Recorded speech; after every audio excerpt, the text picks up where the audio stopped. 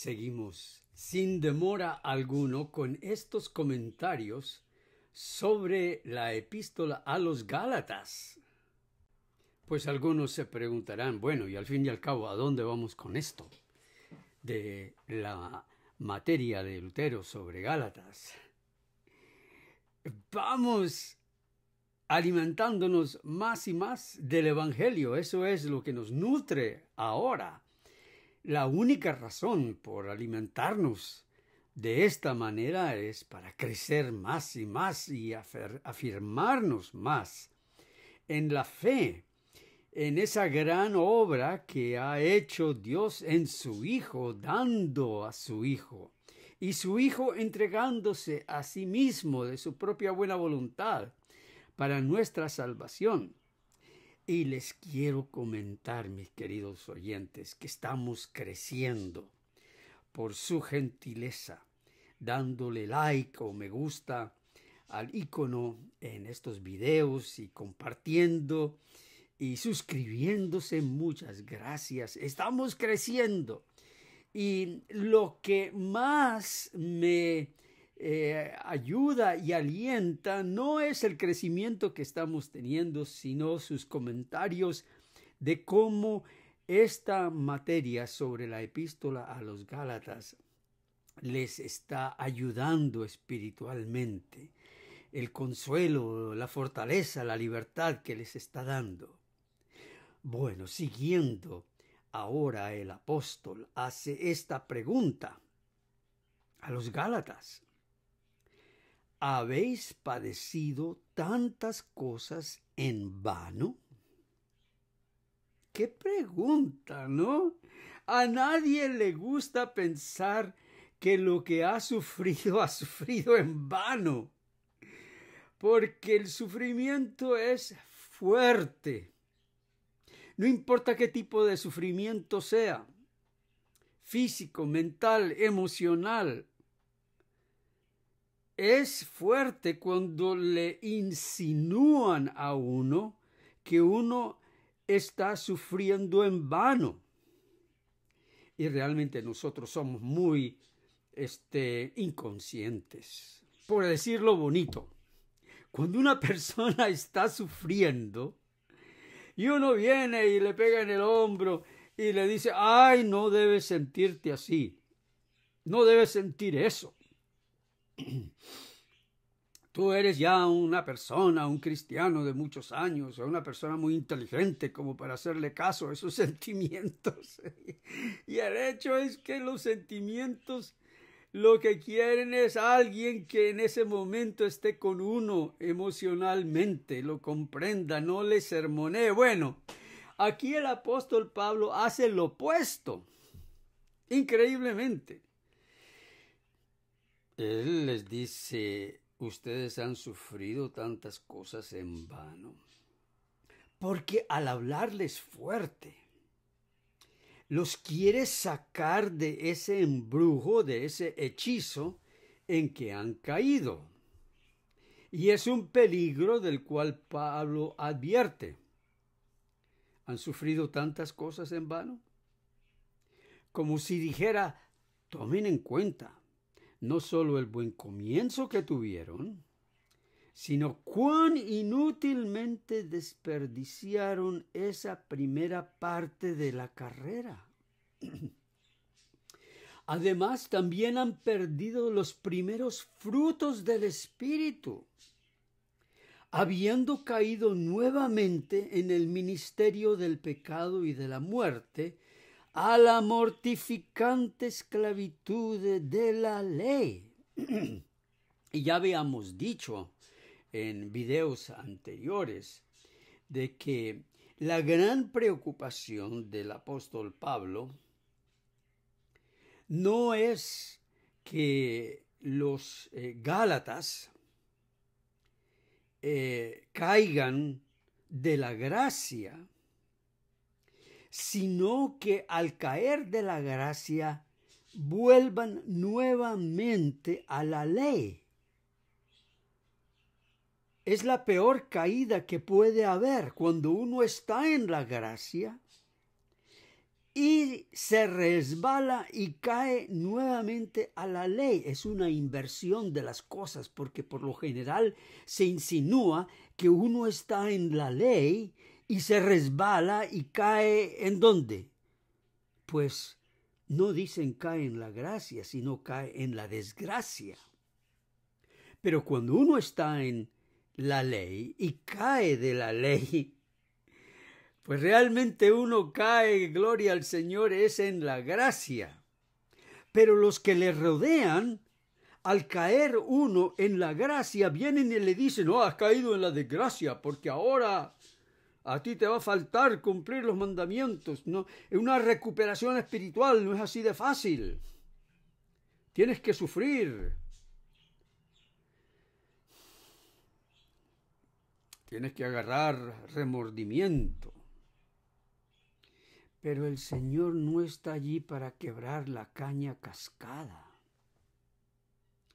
Él no está allí para apagar esa llamita que apenas se enciende. Y así es la fe de muchos de nosotros. A pesar de que hemos estado en este precioso evangelio, a veces tenemos momentos en que nuestra fe apenas es un humito con un puntito rojo y está por apagarse. No es el momento de venir y soplar grandes ventarrones de la ley, porque se apaga el humito que hay y se quiebra la caña cascada. Pero ahora también tengan presente lo mucho que ya han sufrido por causa del Evangelio y por el nombre de Cristo. Sus bienes han sido despojados, han sufrido calumnias y reproches sin fin, arriesgando no solo el cuerpo, sino hasta la vida misma. Todos llevaban un rumbo alegre y de buena voluntad. La doctrina que enseñaban era pura. Qué bonito es cuando se enseña la doctrina en su pureza. Vivían piamente y sin cesar soportaban muchos males por el nombre de Cristo. No por el nombre de la ley, sino por el nombre de Cristo. Ahora todo se ha perdido, como también la doctrina de la fe, su sufrimiento, el espíritu y sus frutos. Aquí se ve con toda claridad la zozobra que trae la justicia de la ley y la justicia humana. Es decir, después de haber creído en Jesucristo como nuestro único sustituto en vida, en muerte, en resurrección, hemos creído en el pleno, completo perdón de nuestros pecados. Y luego alguien viene y nos dice, sí, pero eso no es suficiente, ven acá y te tengo algunos textos que enseñarte de Apocalipsis y de Santiago y de otros lugares, y tú no te has estado fortaleciendo en el Evangelio como lo hemos estado haciendo ahora. Y de repente te dicen, es porque has estado quebrantando el cuarto mandamiento de la ley de Dios. Porque pareciera que ese es el único que les importa. Hablan de los mandamientos, pero se quedan solo en el cuarto, o en cualquier otro que les importe a ellos, del cual ellos tengan el dominio o les pareciera que tienen el dominio. Miren a su alrededor toda la zozobra y angustia al perder tan inestimable gloria y confianza en la conciencia ante Dios.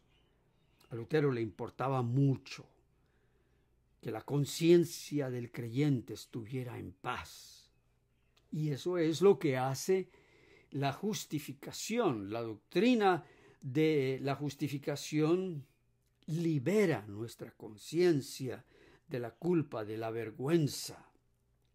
Con su gran grito, yo te he perdonado y mi vida suple tu vida. La conciencia queda libre, se limpia. También de haber soportado tantas grandes y penosas aflicciones como la pérdida de los bienes, esposa, niños, cuerpo y vida, para luego haber sufrido todo eso en vano. Porque el verdadero creyente sufre grandes pérdidas cuando sigue el Evangelio. Eso no lo quiero tapar. El mismo Señor advirtió de que era posible perder hasta nuestro núcleo familiar por el Evangelio. El amor, el cariño de los hijos.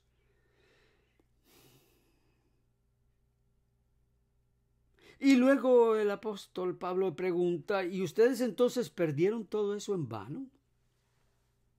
En estos dos versículos se puede juntar mucho material para exponer y recomendar cuán grande es la ley y la justicia humana. Es decir, aquí Lutero está usando un poquito de sarcasmo. Pero luego él dice, si tan solo cada creyente se trepara al techo de su casa y de ahí clamara el buen comienzo que tuvo en su espíritu, y luego repitiera todas las aflicciones sufridas por causa de Cristo, eso valdría la pena. Pero no hay elocuencia alguna que pueda expresar estas cosas. Son cosas inestimables, a las cuales no se le puede poner precio, por las cuales Pablo suplica, a saber, la gloria de Dios, victoria sobre el mundo, la carne y el diablo, la justicia y la vida eterna. Por otro lado, el pecado, la desesperación, la muerte eterna y el infierno. Y pensar que en un instante perdemos todos estos incomparables dones y ganamos todas estas horribles miserias sin fin. Todo por los falsos maestros. Cuando nos desvían de la verdad del Evangelio hacia esa falsa doctrina, perdemos todo lo bueno que ganamos y recibimos pecado, desesperación, angustia, muerte eterna. Y lo logran, no solo con facilidad, sino también con alarde de gran santidad. Y allí está el engaño, allí está la treta, que nos engañan con un alarde de gran santidad, de gran conocimiento de las Escrituras. Citan los Salmos, se saben largos versículos de memoria, pueden unir uno con el otro, predican, hasta oran por ti, y tú escuchas todas esas cosas. Te pedimos por el hermanito que ha estado escuchando mensajes que no vienen de ti. Protégelo y sálvalo y rescátalo. Y entonces hacen esas grandes oraciones en tu casa. Vienen, cantan, abren el folleto de la escuela sabática, repiten la matutina. Y luego cuando se van te dejan el sobrecito del diezmo para que lo lleves a la iglesia el próximo sábado. Bueno, no quiero desviarme por allí, pero yo les he dicho que ese es mi punto de referencia. Ahora el apóstol les dice, si es que realmente fue en vano. El apóstol añade esta frase, si es que realmente fue en vano. a manera de una corrección. Quieren mitigar el reproche anterior por ser bastante fuerte. Como dijimos, ustedes sufrieron todas esas cosas en vano. Ahora él dice, si es que realmente fue en vano. Lo hace como un apóstol, no queriendo infundir temor sin medida. Aunque los reprende, siempre lo hace así, derramando suave aceite. No sea que los abrume la desesperanza. Por tanto dijo, si es que realmente fue en vano. Como si dijera, aún así no les quito toda esperanza. Pero si terminan de esta manera en la carne, es decir, si siguen tras la justicia de la ley y abandonan el espíritu, como ya se están encaminando, entonces sépanlo que toda su gloria y confianza que tengan en Dios es en vano y habrán sufrido todo en vano. Porque seguir tras la ley para obtener justicia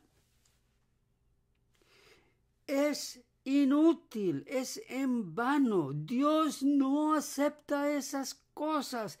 Dios tiene algo más precioso y esas cosas son las que están encarnadas en la vida de Cristo, su amor, su rectitud, su pureza.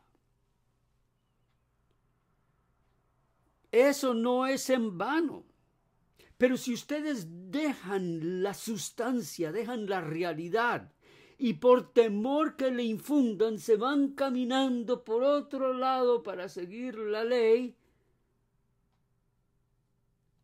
están, como dice el sabio en el libro de Proverbios, o Eclesiastés, es más bien Eclesiastés, donde dice el sabio Salomón, vanidad de vanidades, todo es vanidad.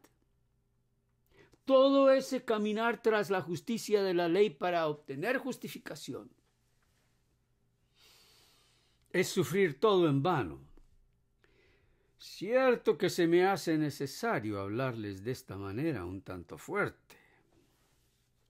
Debo ser ferviente en mi defensa, un tanto cortante en mis reprensiones, ya que el tema es tan grave.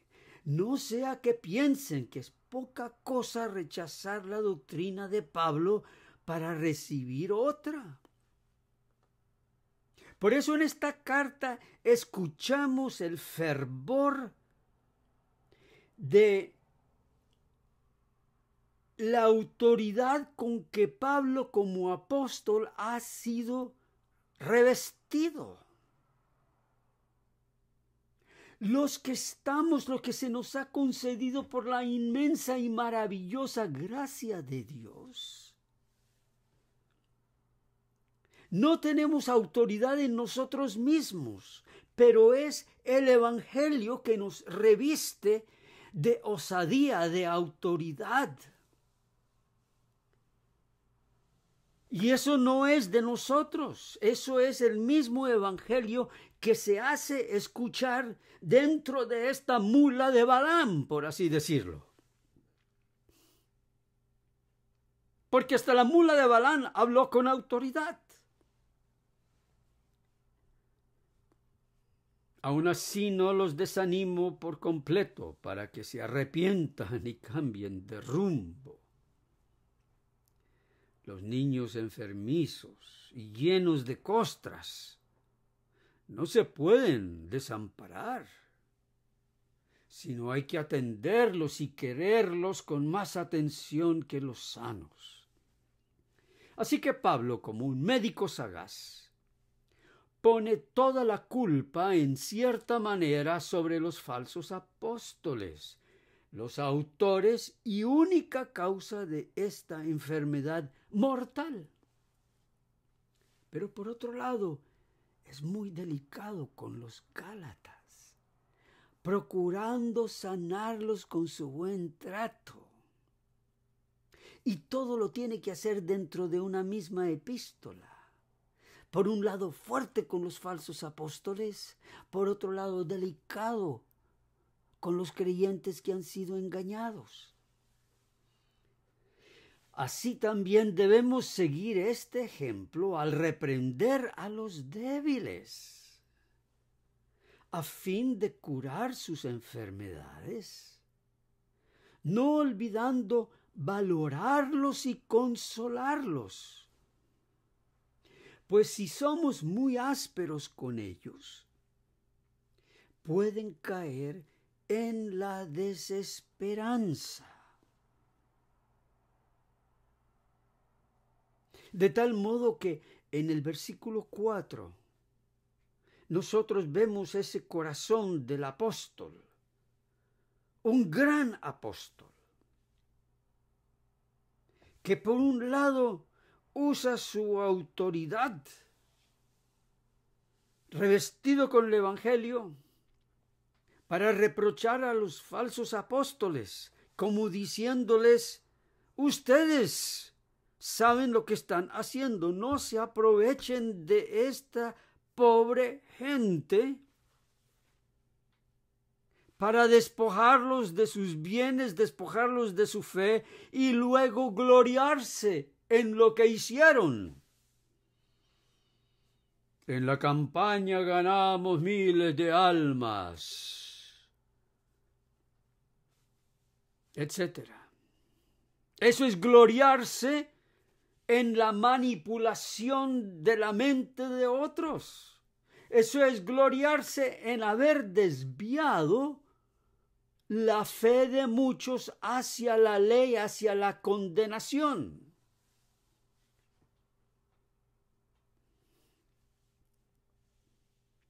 Y por otro lado, el corazón del apóstol trata de exculpar a los gálatas, aunque no del todo, pero sí trata de exculparlos, diciéndoles: los han enfermado con este embrujo de la ley, les han quitado la vista, les han bajado la presión, les han dado colesterol. Y solo el Evangelio, volver al Evangelio, los puede sanar. Nuevamente, ahora en el versículo 5, el apóstol vuelve a aquella pregunta que hizo en el versículo 3. Aquel pues que os suministra el Espíritu y hace milagros entre vosotros, ¿lo hace por las obras de la ley o por el oír con fe? Y es un buen momento para dejar allí esta exposición con esta pregunta. ¿Por qué será necesario que el apóstol repita la pregunta al haber llegado a este momento? Eso lo veremos en el próximo video. Por mientras, recordemos que el Evangelio, esa gran persona enviada por Dios, el Dios hombre, encarnado en la persona de Jesucristo, fue dado como el único recurso que tenemos nosotros para vivir ante Dios, revestidos de Él, lavados por su sangre, esa sangre que nos marca diciendo: este es mío, este es mío, este es mío, este es mío. Pues por su gran obra, todos nuestros pecados, hasta nuestra naturaleza pecaminosa, ha sido perdonada. Alabado y glorificado sea el nombre del Señor, y la gracia del Señor te acompañe a ti y a tu familia, ahora y para siempre. Nos vemos en el próximo video.